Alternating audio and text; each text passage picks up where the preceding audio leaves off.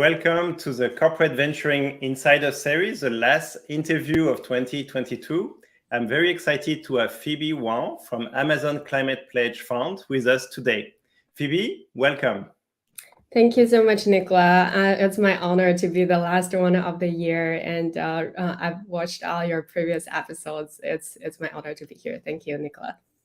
Thank you, Phoebe. And on top of that, you're number 60 of the interviews, so I'm sure we are going to learn a lot. But let's start with maybe how you got into corporate venturing. Do you mind telling a little bit your story about, getting into corporate venturing?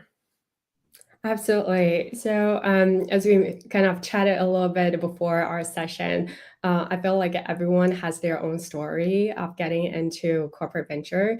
And given that everyone's background is different, I'm willing to kind of share a little bit more about how is my journey coming into the CVC, because I think there might be some nuggets or some areas that the audience might be relevant to their own experience. So I'll kind of start from the start. I actually started as an engineer. So I did material science engineering for my undergrad training, and then I did a minor in environmental engineering without knowing that in future I would devote most of my life in the sustainability. So my first job was engineer. So I was with ExxonMobil in the refinery and really like working very hard as a chemical engineer. If you look at kind of the people who wear jumpsuit and then run in the field. So I was one of them for quite a while. And then after that, I ventured into the semiconductor engineer, did that for 2 years, and then eventually decided, hey, it's time for me to broaden my experience. So I did a CFA, which is Chartered Financial Analyst, to kind of set the foundation of the business and then the financial acumen. I actually think that's a really good one if your undergrad is very similar like me, very science and technology heavy. CFA is actually pretty good, especially for the level 1. It has like all the different categories of like from the basics of financial statements analysis to all the way to like what is portfolio management. And then I also did my MBA with the Rice University, and that actually was pretty good to set the right foundation of the professional path. So I did a short stint with City Commodities in their commodity trading floor, mostly in the energy side. So that is also a pretty good to contribute to my engineering in the energy space to kind of a good segue to the structuring and origination in the energy products. So there was a pretty interesting story, like I think why eventually I got into VC. So at that time, I was thinking about joining City Commodities as a full-time associate after the summer. But that was back in 2012. For the people who are in the industry long enough, you know that Dodd-Frank happens at that time. So a lot of prop trading is actually being cut. So I remember that Deutsche Bank kind of completely cut their energy commodity trading desk at that time. And then Citi obviously freeze the headcount. So I did not return back to Citi, but then I was optimistic enough to shorten my MBA to 1.5 years. So in that winter, I remember like 10 years ago, exactly around the same time, I have no offer in hand as an international student and I'm trying to figure out, hey, what am I going to do? And am I going back to Asia afterwards? So, I think what usually happens is you one door closed and then you have another door or another window open. So one thing that I did really I thank myself at that time is I did a lot of part-time when I was doing my MBA. So one of the part-time leads me into a consulting company called Acorn System. And the gentleman, Steve Anderson, who had that company actually has a like private equity / venture capital firm. So when I reach out to the folks that I have worked with before and then in my professional network to ask for like any sort of job, I was literally looking out for, I don't know, like even office manager at that time to make sure that I have the status to work in the States. So, and then he's like, hey, I have this fund. Do you want to work in my fund? And I was like, okay, this is a great opportunity. I think even now, like for MBA students, it's pretty hard to just your first job is directly in the VC or PE because the typical path is, hey, you do like 2 or 3 years as an associate in the investment banking, and then you move into the buy side, either hedge fund, private equity, or venture capital.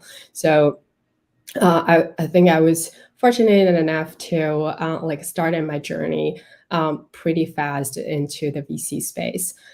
So that also like kind of started my career in the VC, especially in the clean tech VC 10 years ago.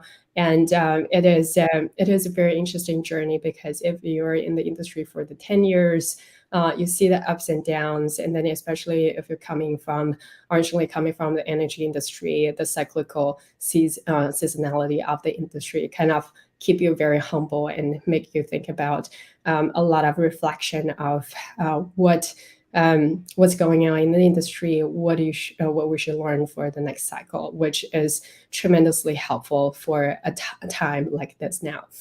So fast forward, during the 10 years, I have been working like mostly as a VC, but I also have a short stint back in the investment banking advisory with Crutchfield Capital, and then also started my own company at Care D&D, which is a childcare Airbnb for childcare platform for 2 years. So those are a really good experience, kind of getting into different aspects and perspective, either as an entrepreneur or financial advisor, kind of getting into different segments into the whole VC and innovation ecosystem. And if you kind of follow me on my LinkedIn, you know that I have been working in BP Ventures before, and then Shell Ventures now, Amazon Climate Pledge Fund. So I definitely have fun working in corporate ventures. And also it's a very, very close knitted network, and everyone is so friendly, willing to share the learnings. And also the basically the contribution to the society is huge. If you think about it, we're not only making the financial returns, but also very strong strategic segments in there. So I'm pretty happy where I am, and hopefully my experience can share some like advice or tips to anyone in the audience who's trying to start their journey in CVC. Thank you, Phoebe. And clearly it's contribution to society, but also contribution to the planet, given you invest in the energy space. Maybe let's unpack a little bit. Do you think this engineering background plus a CFA level 1 that you mentioned was a really nice foundation for what you do today? Yes, I think especially for where I'm investing, so I invest in deep tech and very technology heavy startups. So the science and the engineering background is really helpful. So for example, right now I'm leading the thesis of plastics and circularity investments in Amazon Climate Pledge Fund. And my background in materials, especially in the polymer about plastics, etc., is super helpful for evaluating the technology, the plant economics, and then go-to-market strategy. And then for the CFA, I would emphasize that level 1 is enough, although I did all 3, but the level 1 is really kind of setting the foundation. The higher you go, it's more on the portfolio management, kind of train you to the hedge fund as a hedge fund or portfolio manager, less so on the corporate venture or venture capital side. So I think CFA and MBA, either one would be sufficient enough for you to get to the good foundation. Yeah. Very nice. And then you worked in the VC with a fund, and then you decided to move to a corporate VC. So maybe you can share with us, I think you already hinted a little bit, but why corporate VC is more appealing to you? Absolutely. So corporate VCs, if you look at like Nicolas Fund TDK or like my our Amazon Climate Pledge Fund, so we have a like an overarching goal is to help our mothership to improve like whether it's operating efficiency or like in my case is to reduce the carbon footprint. So I think each corporate has their own strategic goal, which by definition of the corporation is actually really big. If you think about our investments, typically it's like $5 to $10 million. Maybe we invest in $100 million sometimes, but the return on the financial return does not is not comparable to the strategic return that we could have if the technology is being adopted by Amazon's all the retail shops and all the like retail platforms, or like one energy storage company's applications. And for example, for our data center, right, it's going to be huge compared to just the financial returns. And that is where I think it's as a corporate citizen, the corporate venture side is actually really meaningful if we play the strategic return, strategic value well. Very nice. I'll unpack one more thing from your LinkedIn profile, which is you've done a lot of executive education. So on top of this really good base that you mentioned, you keep sharpening your pencil. So can you tell us about the rationales for the executive education and when you would advise someone to do it? That's a great question. And I would be forever grateful to my employers and ex-employers. I think there is no great timing of getting to executive education. Obviously, you want to kind of, as you first started your career, you really want to heads down because there's so much that you can learn just from the peers, from the existing kind of education platform that in your corporation. So if you're really junior or really started your career, I would think that you probably waited for like 3 to 5 years and really like learn your trades and like get to stuff that you know by on the job training. After that, I think you would identify areas that would be really good to get some further kind of pencil sharpening or education. So my first one was actually with Harvard. So I did the project of negotiation. So that is when I was starting leading my own like my own deal, and I realized that hey, negotiation is very important. It's one of the top skills for a lifetime VC. So I was looking at what are the good negotiation courses that I can learn, especially good with good case study. So the Harvard program is really good. It's a 5 days program. I think when I attended, it was $5,000. Although it's high, but the value definitely, like the return on investments is very, very quickly because we all do a lot of deals, right? By just negotiating the valuation, etc. You get the 5,000 back very, very quickly. But what they are good at is not only have the cases, but also give you a very good tool of a list of books for you to continue to read. And if you remember, if you read a lot of negotiation books, Getting to Yes is one of the top ones that everyone goes to. So the professors who wrote those books also teach in the class, which is phenomenal. And then you have like thousands of peers attending schools at the same time, kind of that network and that friendship is also quite important because they're all coming from different professionals and different businesses. And I think that is especially helpful for VCs because we deal with all from all different industries, all different kind of CEOs. So this is one of ones that I think I spend my time and my money or my employer's money very well spent. The other one that I kind of, as I kind of continue to with my professional career is with UCLA. So I went there for the governance or the corporate governance course. So that is kind of dealing with board matters, how to be a board member, not only as a private board member, but also how you behave if your company went to IPO and you become a public board members. The class is actually very small compared to Harvard. I remember Harvard is like a few thousand attendees during that week, whereas UCLA, you have like a 20 or 30 classmates. But everyone, I don't remember whether it's a prerequisite, but all my classmates have board experience, including myself. And then many of them actually have public board experience or currently sitting on the public board.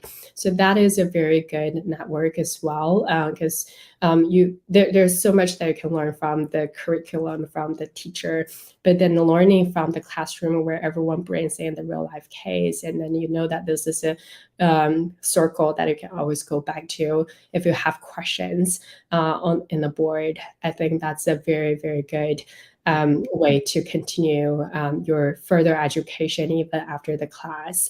And then especially for boards, it's very case by case. If you sit on board, every board is different. It's just like a marriage or like life. So it's actually good to have this kind of continuation of a circle that you can go back to. The third one that I want to recommend is Tsinghua like a venture capital class.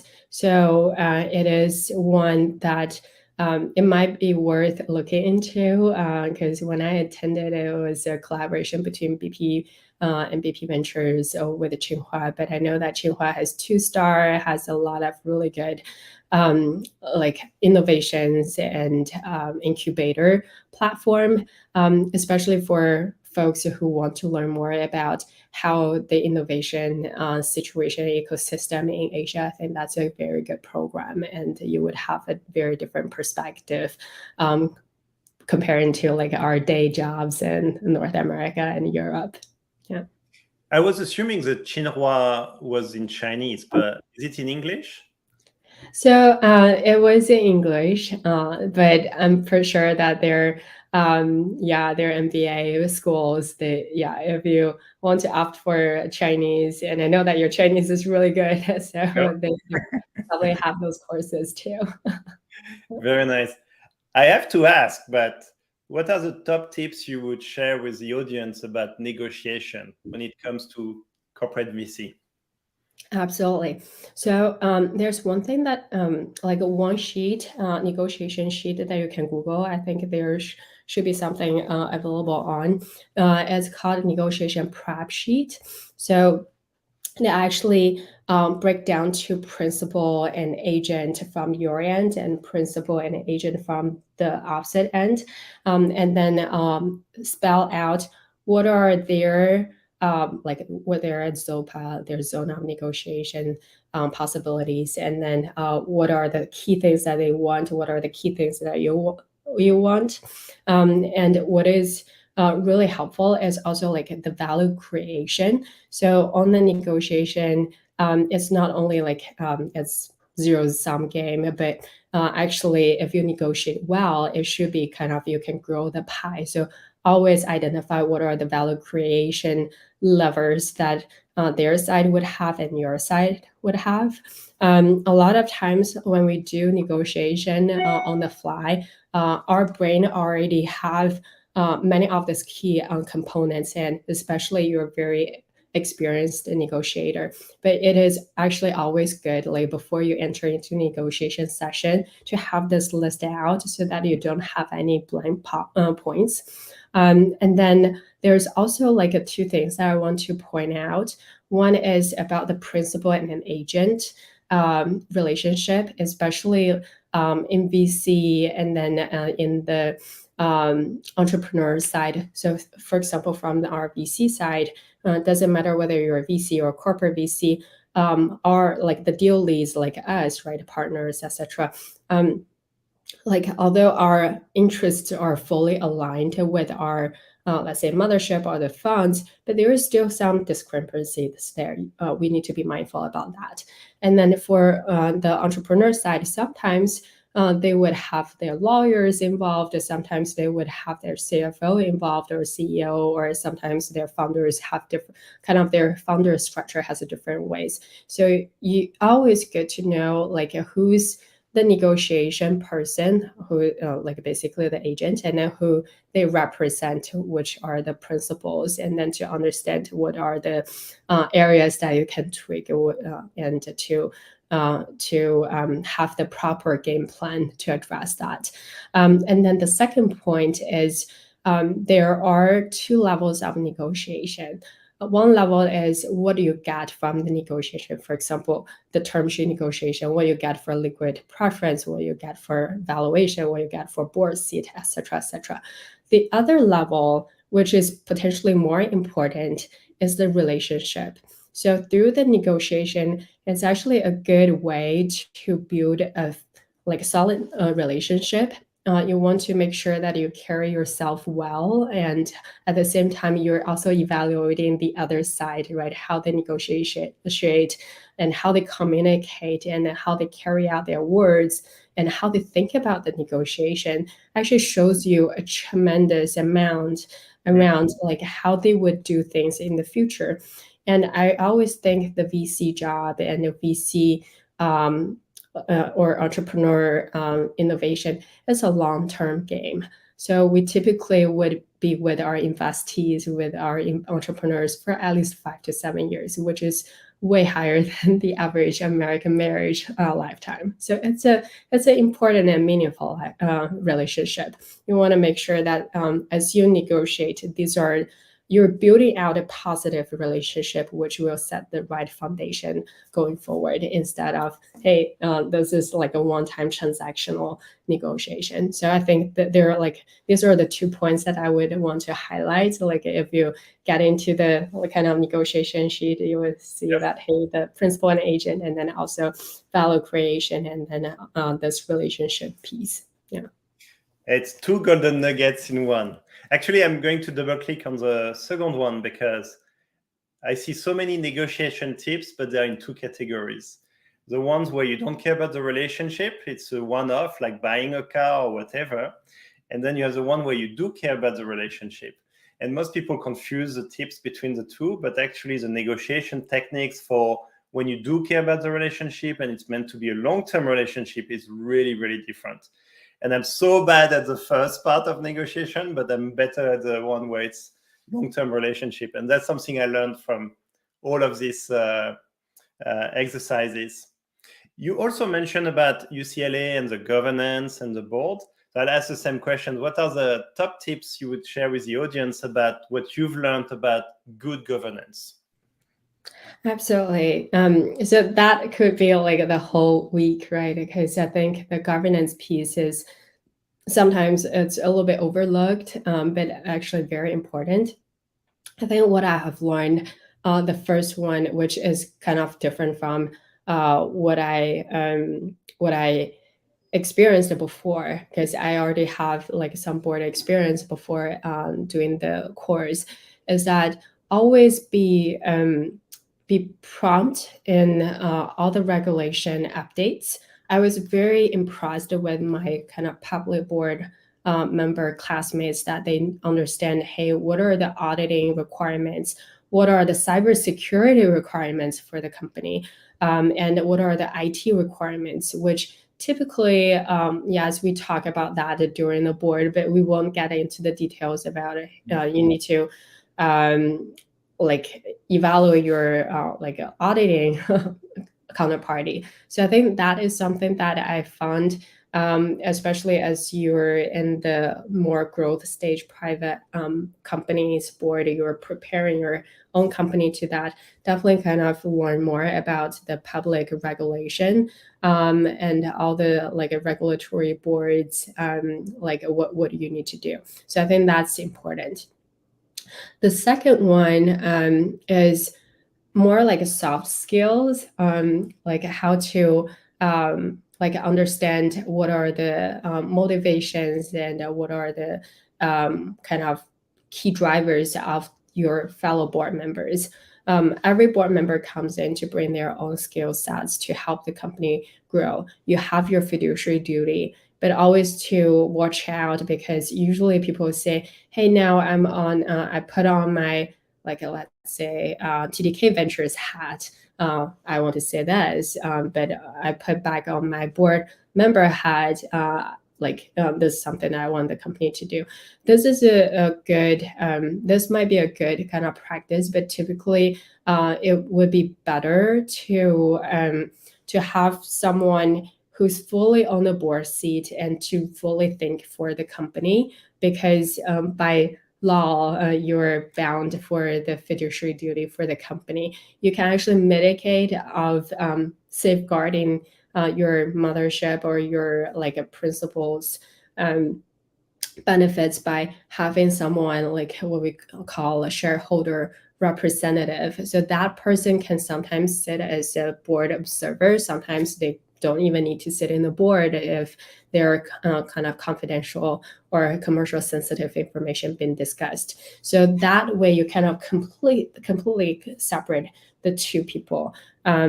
Because no matter how good you are or how good I am, I found it's hard to always put a imaginary hat on, and you just don't want to kind of get yourself into the potential legal mess, because the fiduciary duty is very, very important and it's enforceable.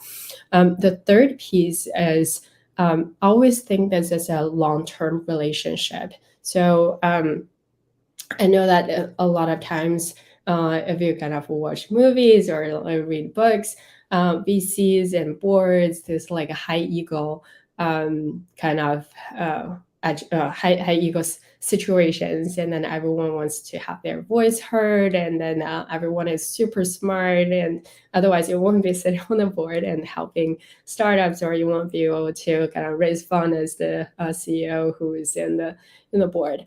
But always to build out a very good relationship with fellow board members, and then understand where they're coming from. That is really helpful. That helps me a lot when I first started as a board member. And then as I talked to my classmates in the course, and then also kind of the lecturer and the professors, the relationship piece is really important. Especially in the board setting, a lot of times the discussions could be very heated because you're coming from you have the very typical preferred and common kind of the conflicts, and then sometimes even between the preferred boards you would have different issues because you're coming from different stage, so that your payouts different.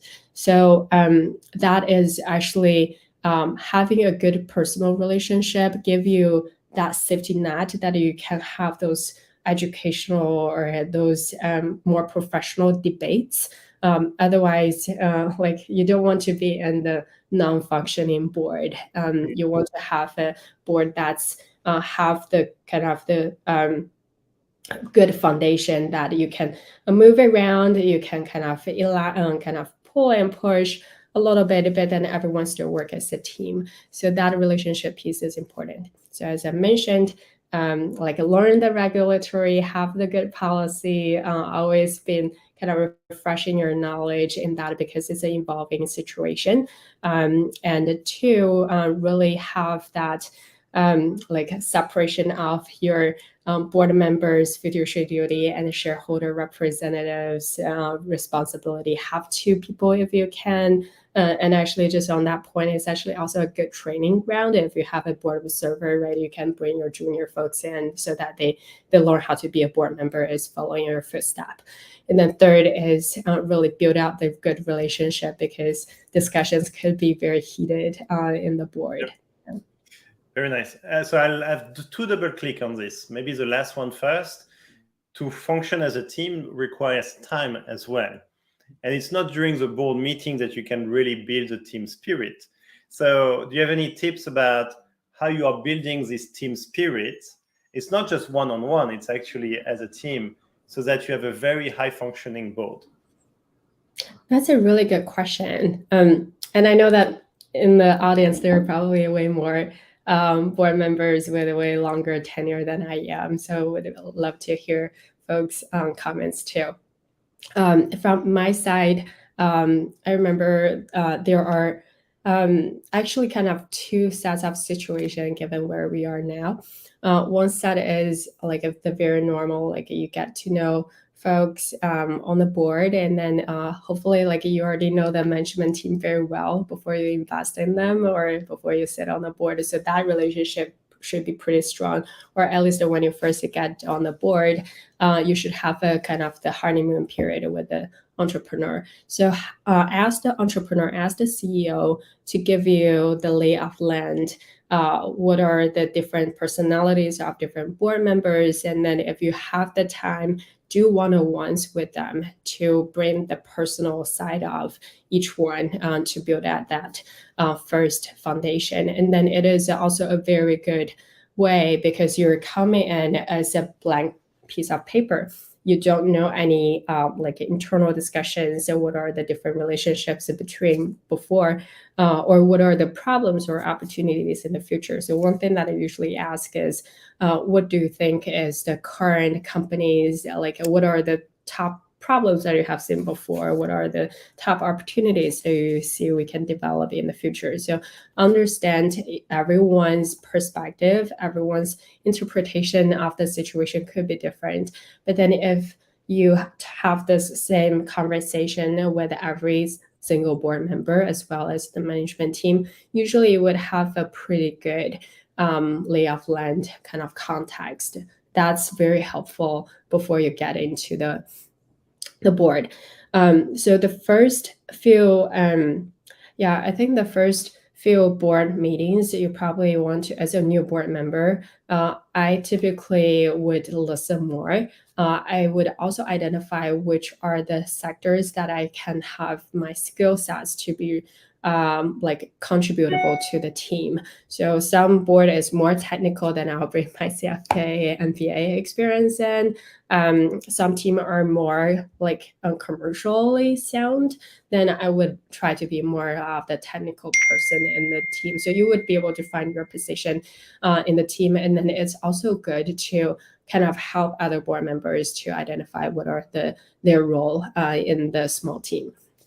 And then after that, once you build out your credibility and your relationship with other board members and the management team, you win their confidence, you earn their trust. At that time, I think it's very good to influence the team to be a more functioning team. So for example, some or actually many of the board that I join in, they don't have an HR committee. And it's a pretty good place, especially for early stage companies. It's very normal that they don't have auditing committee, they don't have HR committee, but it's also always good to kind of suggest to have one and then to think about how to better incentivize the management team. Are there anything that in the current situation that we can do a little bit better? And then sometimes involve the external consultants and platforms. And so that way, it's actually really helpful to like help the management team to grow into a more professional team. It's we can't really address your question without like having some like conflicts or problem solving. I think it's always like as a board member, you need to prepare yourself that hey, there will be conflicts coming, there will be issues, and a lot of those situations I see good board actually handle those well is having some like precursor discussions before the board meeting. It could be like even during the board dinner, right before the board meeting, to have a kind of collect people's opinions and then really kind of have the pre-discussion and make sure that everyone's socialized with some idea. For example, a company wants to add a new product line with a much lower profit margin, knowing that the future could be much better. So things like this, trying to get people like a various perspective and then make sure that everyone is working on a problem, but everyone's perspective is being addressed. So I think those are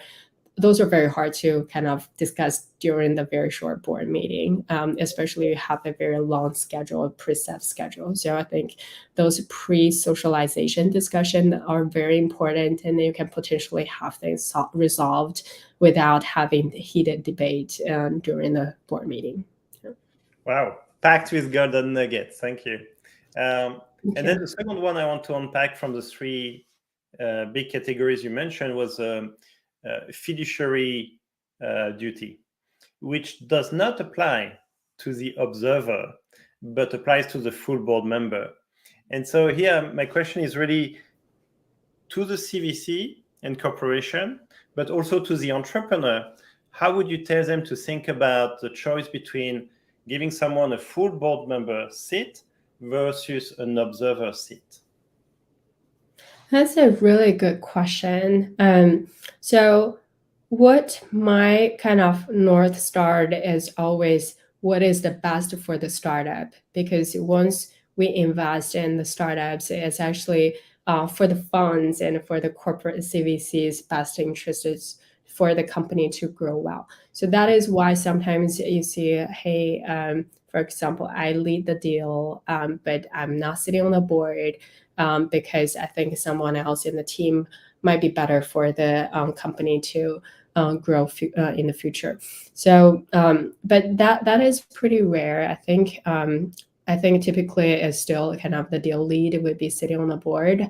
But I think I would actually urge kind of CVC and other funds. I think other like the financial funds probably do that a little bit better. But I think it's always good to have that kind of golden rule. What is the best? What are the most needed skill sets and then expertise for the startup?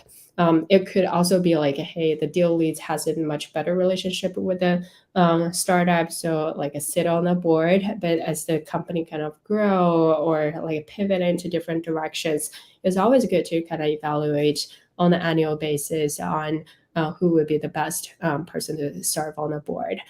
But also like bear in mind that there's continuity of the relationship and then etc. So it's more like an art and coming from the experience. And then who should be sitting on the board observer? I think people have different views on that. I think what I have gathered in the past, there are two models. One is you have very senior person sit on the board member, sit on the board seat, and then carry out the board member's duty. And then you have junior folks kind of sitting on the observer seat, and then to observe, like carry out the fiduciary duty, but then at the same time, like bringing up the skill sets and then improve themselves to become the next generation of a board member. So that is a very typical one. The other one I think is pretty interesting, and I'm happy to share here, is as the junior folks getting more and more experienced, sometimes it's good to put them into the board member seat, given that they have already done a few board observer roles. Then you have a senior person sit as a board observer seat to provide feedback and then to still come in as the voice if you're still concerned about, hey, the board construction, etc. What I have learned from the senior folks that share these tips with me is that as they have like done 10, 20 boards before, they already have the presence, they have the command in the room, that it doesn't really matter whether they're a board member or board observer, that they would, as long as they're in the room, people will listen to their advice anyway. So they would have their voice. It doesn't matter from the role that they play. It is better for them to put the junior folks who they think is already ready for a board member in the board seat, so that they can give them a good way to excuse me, a good way to give feedback and then provide them as kind of that training wheel before they the junior folks to launch independently. I think it's very interesting, and it's a good way to ramp up skills. So maybe at this point, I want to ask about Amazon Climate Pledge Fund. And clearly, you're passionate about energy, sustainability, doing well for the planet. So maybe you can share a bit your motivation to join the fund, but also what is the mission of the fund and how this mission is being delivered today. Because it's a 3-year-old fund, so it's still just getting started. Absolutely. So Amazon Climate Pledge Fund, we're a $2 billion evergreen fund. 3 years old, we have invested in over 20 companies now. Basically, the way that I see this opportunity is huge. So we are looking at companies in the sustainability side that could help not only Amazon to reduce our footprint, which is already a very, very big mission, but also we have the Climate Pledge, which is a separate organization whereby right now we have around 400 signatories. So think about companies like HP, like Procter and Gamble, Unilever, PepsiCo. So these huge companies are also signed for the Climate Pledge. We call them signatories. So our fund, we have the vision to invest in companies like Maxion, like Pachama, like Rivian, to help not only Amazon, but also our signatories to reduce their carbon footprint. So if you think about that strategic value that you and I have discussed before, this is a very, very big platform where by investing in a small company, in an uprising innovation company, we can make a huge impact in the world. So I'm very excited to be part of the Amazon Climate Pledge Fund, and also like going forward, we're gonna not only looking at the sustainable companies, but also have I'm leading the effort of doubling down into female founders. Oh, tell me more about this. Absolutely. So in COP27, like just a few months ago, we have announced that we will be collaborating with USAID to invest in $50 million in female-funded companies. And in addition to that, there is like a grant available, project financing money or capital available for the deep tech companies led by female founders or led by female executives to carry on and help them to go through the technology death valley, which is usually when you commercialize the technology from the lab side to the kind of more commercialization stage. This is very meaningful. Now, you mentioned evergreen. Do you mind explaining what evergreen means and what are the pros and cons of an evergreen fund? Absolutely. So I think everyone has their own definition of evergreen. For us, it means that we would have like the $2 billion fund.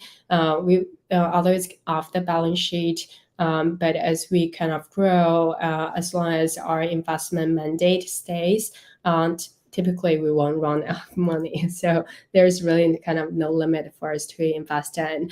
Right now, like for companies that we have exited, it's also kind of still be part of the fund. So I think it's a very strong endorsement and kind of statement stating that, hey, we're going to be very serious about sustainability and climate pledge, and make sure that we have enough capital, we have enough resources, manpower, etc., to help our companies to grow into the next stage and to invest in the right innovative companies. Very nice. So potentially you invested in 20 companies, but 10, 20 years ago, it could become hundreds.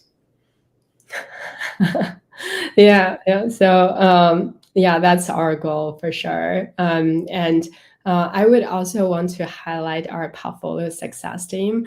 And as we talk about CVC, we talk about the strategic value, and all the company and a lot of CVCs actually. We have different names, like whether it's portfolio success team, like Amazon Climate Pledge Fund, or implementation deployment fund, or a team, or internal BD team. But these are kind of talk about the same thing, which is helping our startups in our portfolio to bring that pilot with a mothership, or bring the commercial agreement with the different business units, or help them to bring the learnings internally so that we can get that strategic value. So we have a portfolio success team, which is really innovative. And there are a lot of very interesting things that we can help our startups, for example, kind of make the introduction to our own team within Amazon. And then also like having our Amazonians to help out if we think about what is the kind of secret sauce for Amazon, kind of the fundamental principles and fundamental skill sets that we all learn is the scaling up and innovation. So like every Amazonian would be able to help out like some areas. So that's also something that we can provide to our startups who are in that stage where they have the technology proven out, they have like a 1 or 2 pilot or a few commercial agreements, but then they want to kind of do that growth or kind of rocket ship growth path. This is where like our kind of what we call pure FAQs, or working backwards, and then how we do the innovations, like a 1 door or 2 door decisions, etc. These are the areas that we can definitely help out by bringing a different kind of thinking about innovation. Yeah. I really like the word portfolio success team. This is a really good naming. One of the things which maybe you could share, especially for the entrepreneurs when they get an evergreen fund funding, there is no notion of a reserve or commitment to follow investments, but at the same time, there is money that could be used for follow investments. So how do you communicate expectations about what the fund can, will, and will not do? That's a really good question.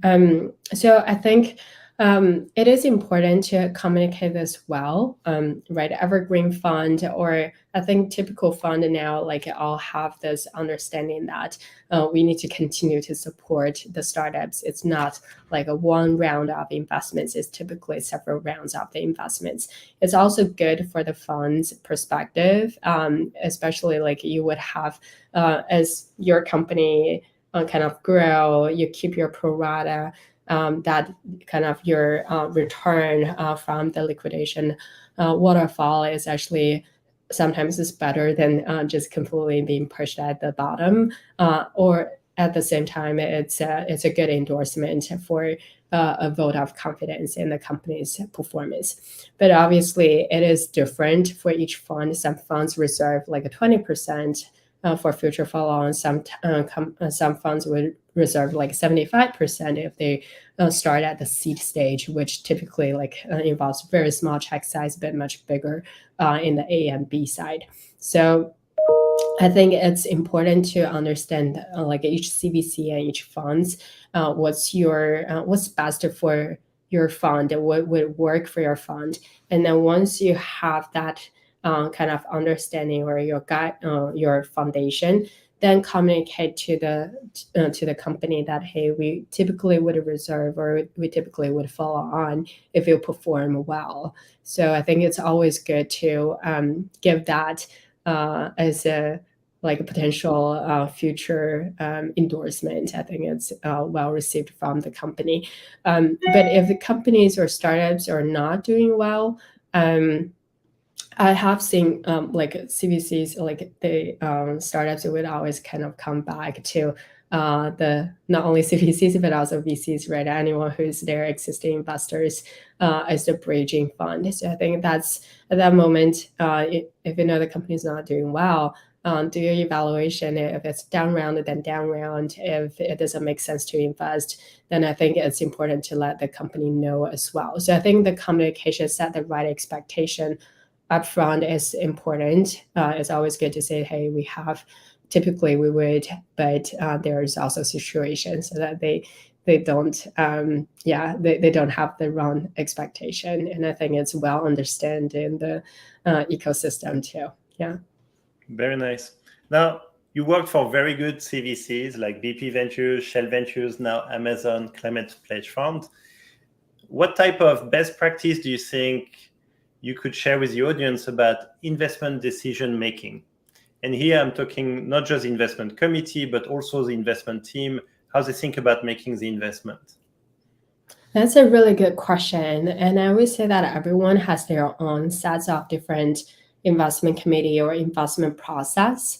And I think it doesn't matter what your process is. I think there because like as you mentioned, I have worked in three, and then I know that TDK you have your own set of rules, and then other CVCs and other ventures, like they all have different style. What I have identified, there are like three things that typically works well.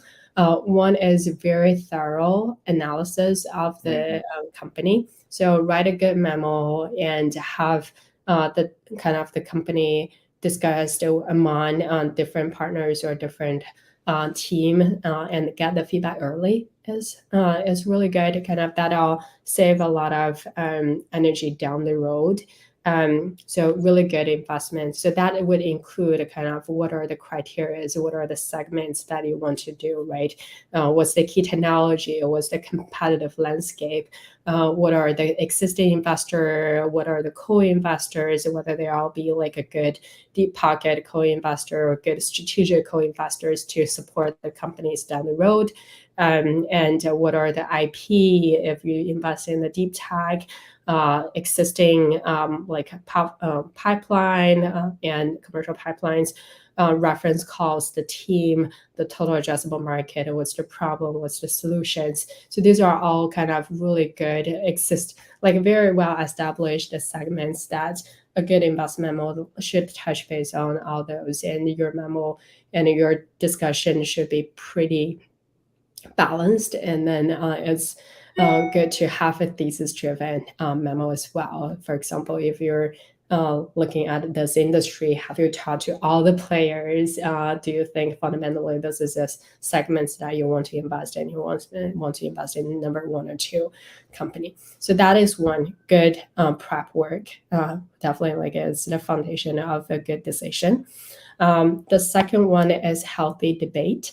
So that is also kind of coming back. I think relationship is probably the theme of our discussions today. I think in the investment committee and then among the team, and typically CVC and financial VCs, we're all pretty small team. So this should be relatively easy to address. You want to have a good enough relationship with everyone to have that debate, like whether it's investment memo or your partnership meeting or your deal pipeline meeting, wherever the meeting setting that you're discussing about the deal, it's good to have that good personal relationship as a cushion so that you can have heated debate so that people won't feel reserved or won't feel their feelings hurt if they give very critical feedback or receive direct feedback of the deal. So I think that transparency and then being able to discuss the deal in the very authentic way is important because as deal lead, you're typically like the reason why you bring the deal to the team as you like the team, you think this is a great opportunity, but sometimes that would have the positive bias and then make you not be able to see what's some shortcoming and maybe someone else in the team has the experience before. So I think understand that and then being able to have a debate and have a discussion in the kind of the team setting is important.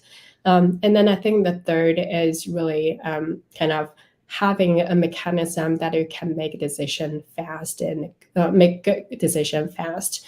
This is typically for CVCs because for VCs, based on my experience, like sometimes under certain threshold, even like partners or principals, they will be able to write the check so that they can get in the deal.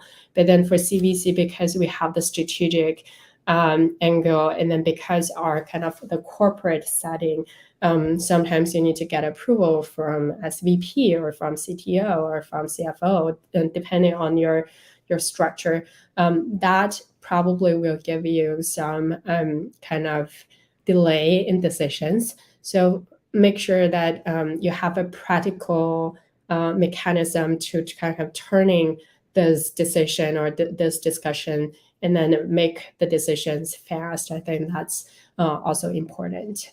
Yeah, so these are kind of the three good Very ones. nice. I think it would be good to carry out. So, but when you say fast, it could mean very different things for different people. What do you mean by fast?